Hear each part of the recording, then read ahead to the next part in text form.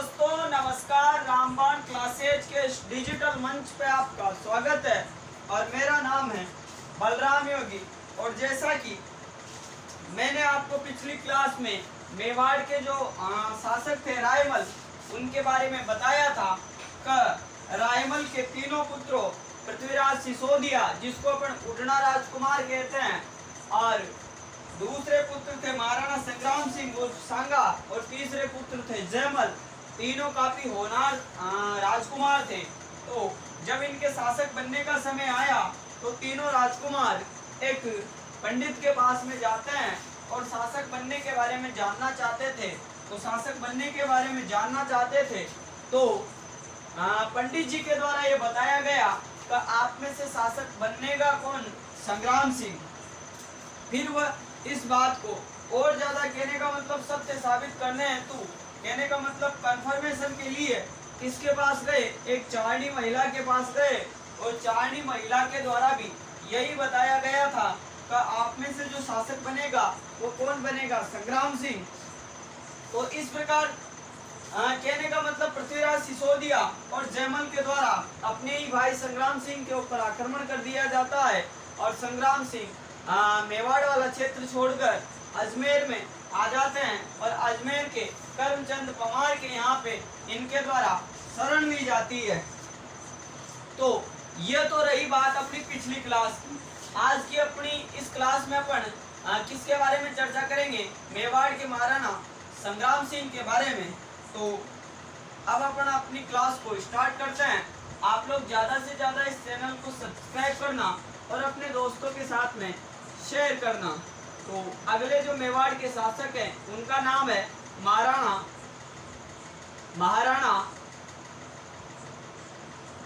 संग्राम सिंह। महाराणा संग्राम सिंह जो शासक कहाँ के हैं? मेवाड़ के। मेवाड़ के अगले शासक कौन बने? रायमल के बाद में। तो नाम है उनका महाराणा संग्राम सिंह। तो इनको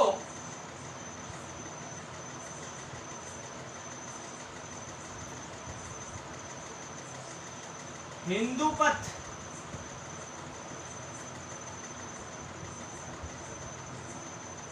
उपनाम से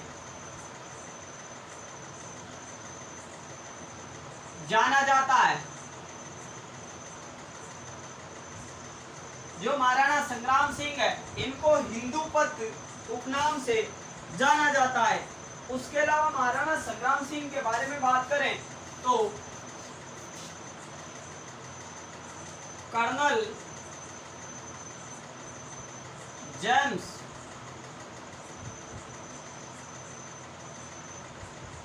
टॉड ने सांगा को, मतलब संग्राम सिंह को, सैनिकों का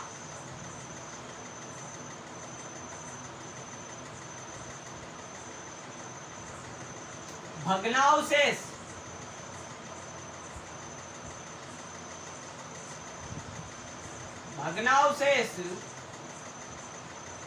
कहा है।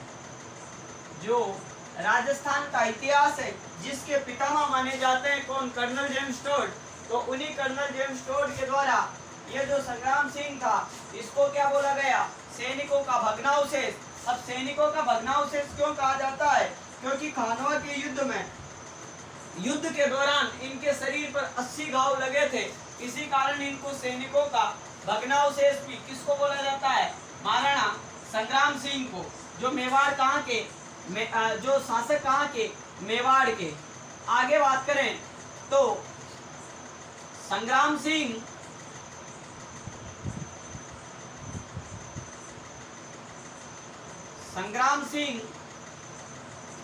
राजस्थान के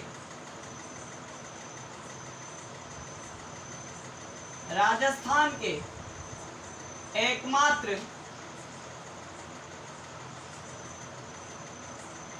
ऐसे शासक थे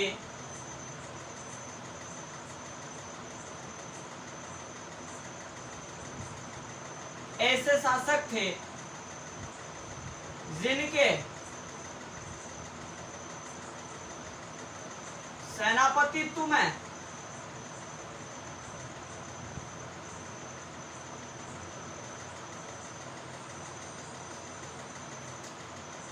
संग्राम सिंह राजस्थान के एकमात्र ऐसे शासक थे जिनके सेनापतित्व में राजस्थान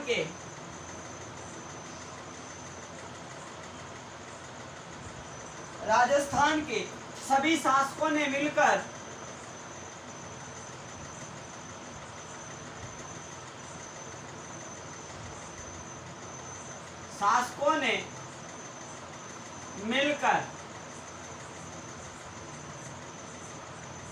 विदेशी शक्तियों को निकालने का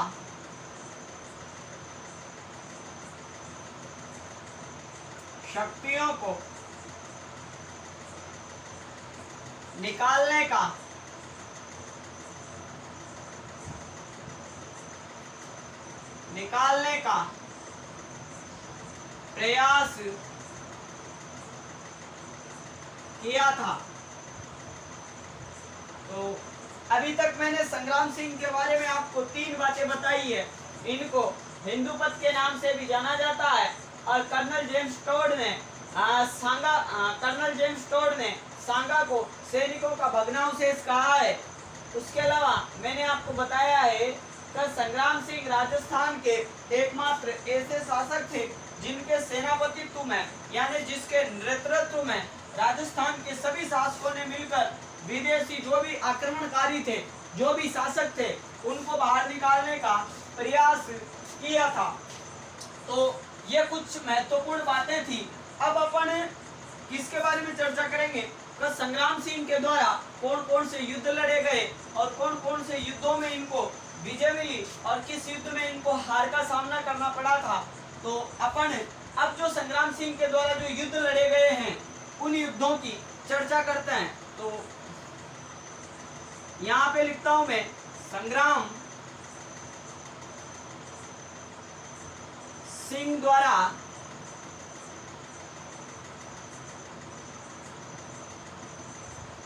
लड़े गए युद्ध, इनके द्वारा कौन कौन से युद्ध लड़े गए, तो उन युद्धों की भी अपन बात करते हैं। इनके द्वारा कौन कौन से युद्धों का नेतृत्व किया गया, कौन से युद्धों में इनको हार का सामना करना पड़ा, किसमें इनको जीत मिली, तो उन सब बातों की अपन चर्चा करते हैं। तो अगर मेवाड़ के शासक की बात करें, मेवाड़, तो मेवाड़ के शासक कौन बताओगे आप? मेवाड़ के शासक थे महाराणा संग्राम सिंह। महाराणा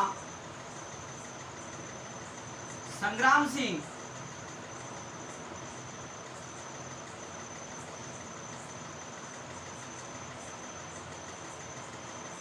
मेवाड़ के शासक कौन? महाराणा संग्राम सिंह। अब जब मेवाड़ के शासक राजस्थान में जैसे मेवाड़ के शासक संग्राम सिंह थे, उस समय दिल्ली के शासक कौन थे? अपने युद्धों की बात कर रहे हैं। तो अगर दिल्ली के शासक की बात करें तो संग्राम सिंह के समकालीन दिल्ली के जो शासक थे, उन शासक का नाम क्या था? इब्राहिम लोदी।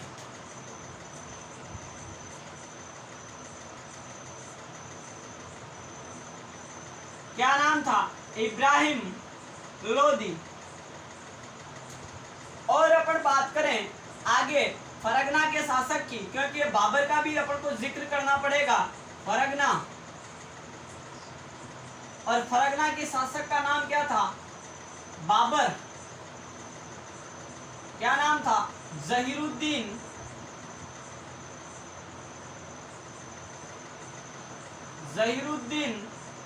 बाबर।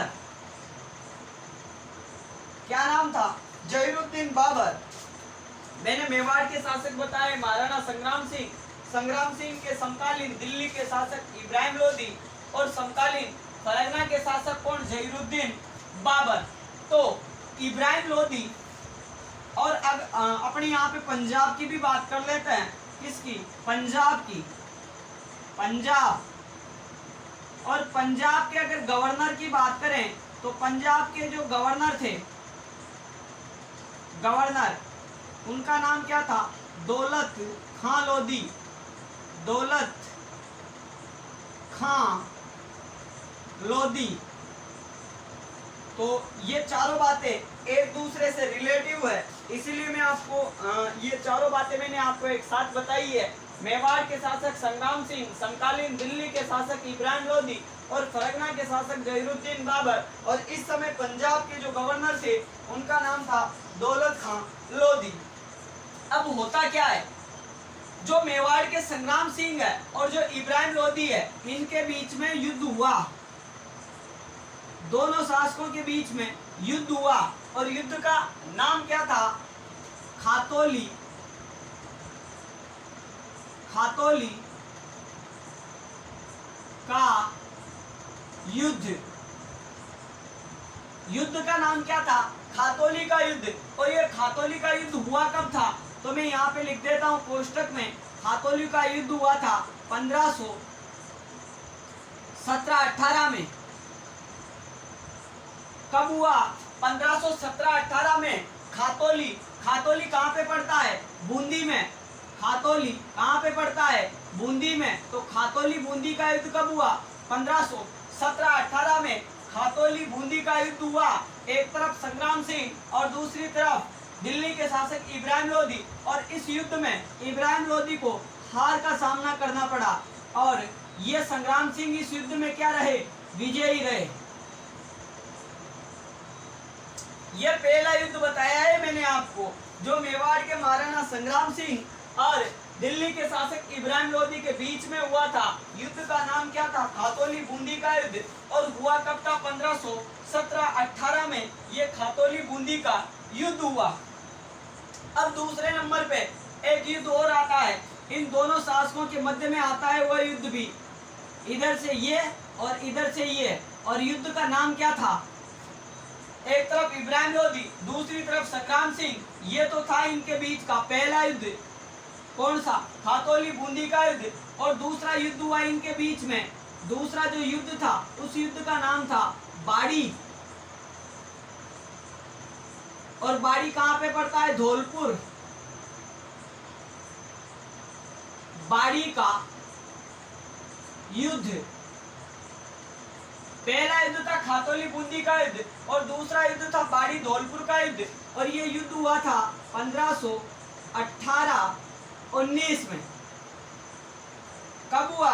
1518-19 में। और इस युद्ध में भी इस संग्राम सिंह को क्या मिली? विजय मिली। विजय। और इस इब्राहिम लोधी को क्या करना पड़ा? हार का सामना करना पड़ा। तो अभी पहले आप इन दो युद्धों के बारे में समझो। मेवाड़ के शासक संग्राम सिंह और इधर इब्राहिम लोधी, दोनों के बीच में खातौली बूंदी का युद्ध हुआ 1517-18 में, और युद्ध में संग्राम सिंह विजयी रहे। दूसरा युद्ध हुआ बाड़ी का युद्ध, और बाड़ी कहाँ पे पड़ता है? धौलपुर में। तो बाड़ी धौलपुर का युद्ध 1518-19 को युद्ध हुआ, और इस युद्ध में भी इब्राहिम लोधी को हार का सामना करना पड़ा और संग्राम सिंह इस युद्ध में विजयी रहे। तो आपने कहावत तो सुनी होगी, घर का बेदी लंका ढाए। कहने का मतलब आपस की फूट हानिकारक होती है, या कहने का मतलब भेद के बगैर लंका नहीं लुटती। तो कहने का मतलब अगर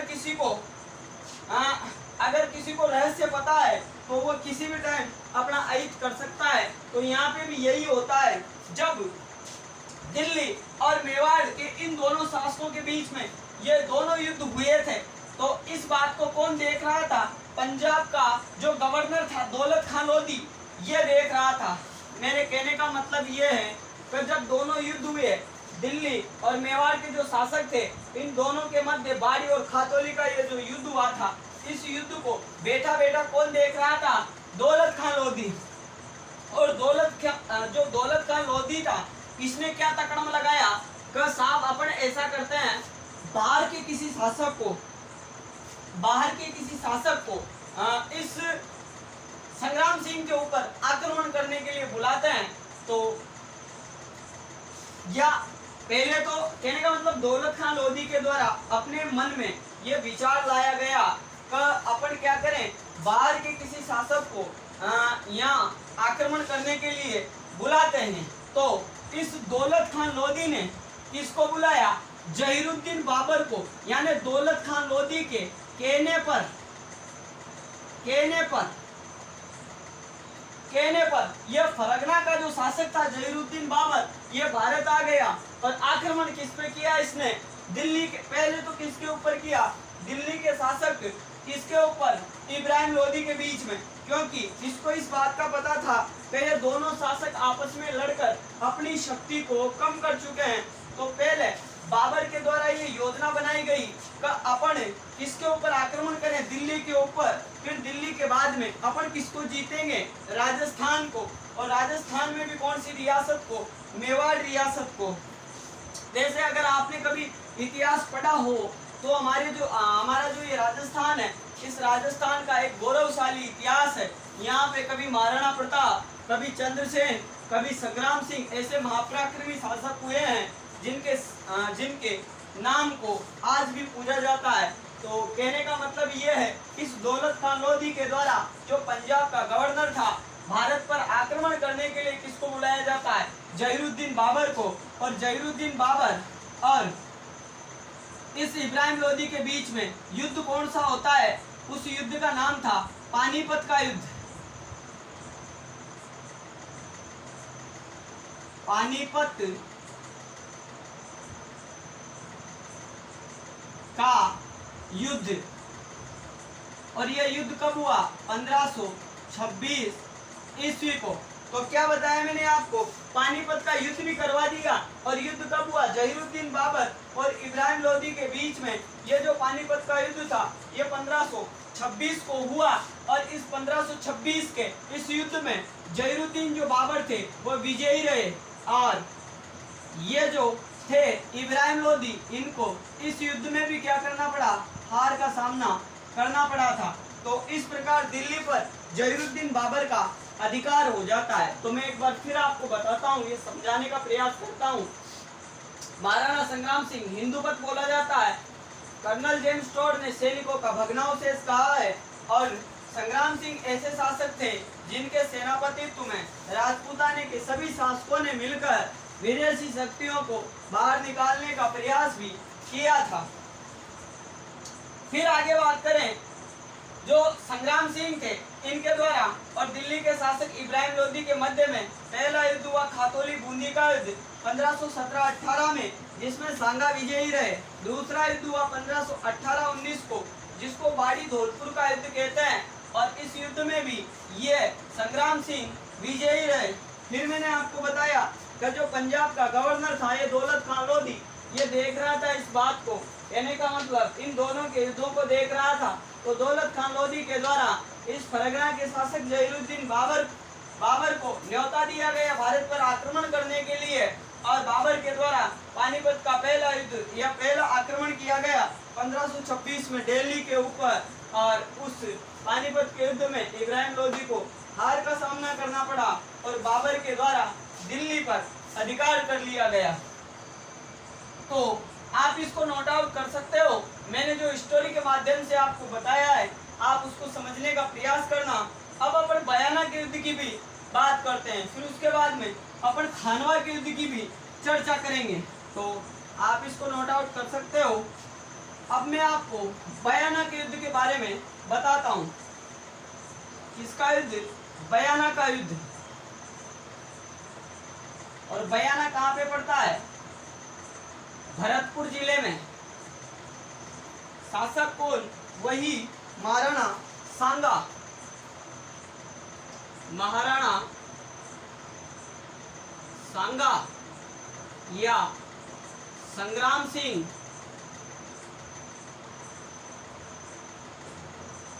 तो अभी तक अपन ने खातौली बूंदी का युद्ध, बाड़ी धौलपुर का युद्ध और पानीपत का युद्ध, इन 3 युद्धों के बारे में मैं आपको बता चुका हूं। अब अपन बात करने वाले हैं बयाना के युद्ध की।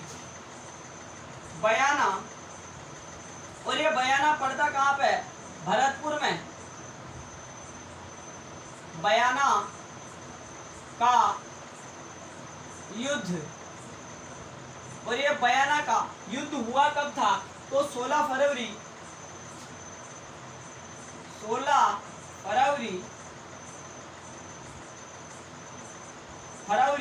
1527 ईस्वी को बयाना का युद्ध हुआ।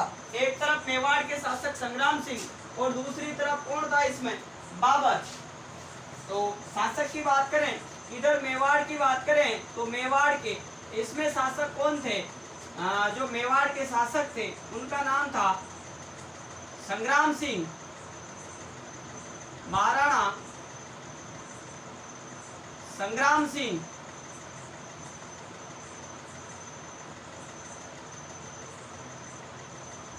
और इधर बात करें, इधर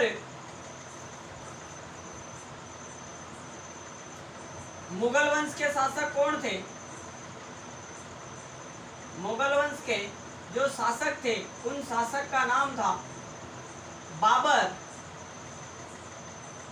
बाबर और बाबर के इस युद्ध में सेनापति कौन थे? सेनापति,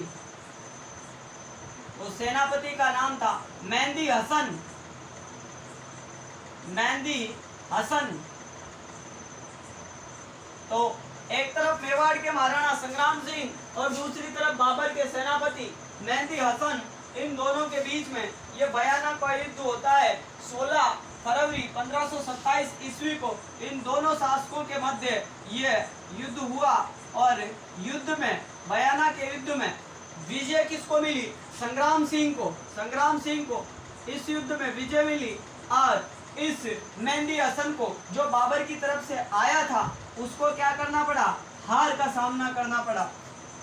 और इस युद्ध में बाबर की इतनी कहने का मतलब गिरी हुई, हार हुई, कहने का मतलब बहुत ही इतनी इसकी हार, कहने का मतलब इतनी तरीके से इसकी हार की गई संग्राम सिंह के द्वारा कि बाबर की सेना ने जो अगला युद्ध होगा खानवा का युद्ध, उस खानवा के युद्ध में युद्ध करने से मना कर दिया था कि साहब हम मेवाड़ के संग्राम सिंह के सामने नहीं जाएंगे, वो तो क्या है, शेर है।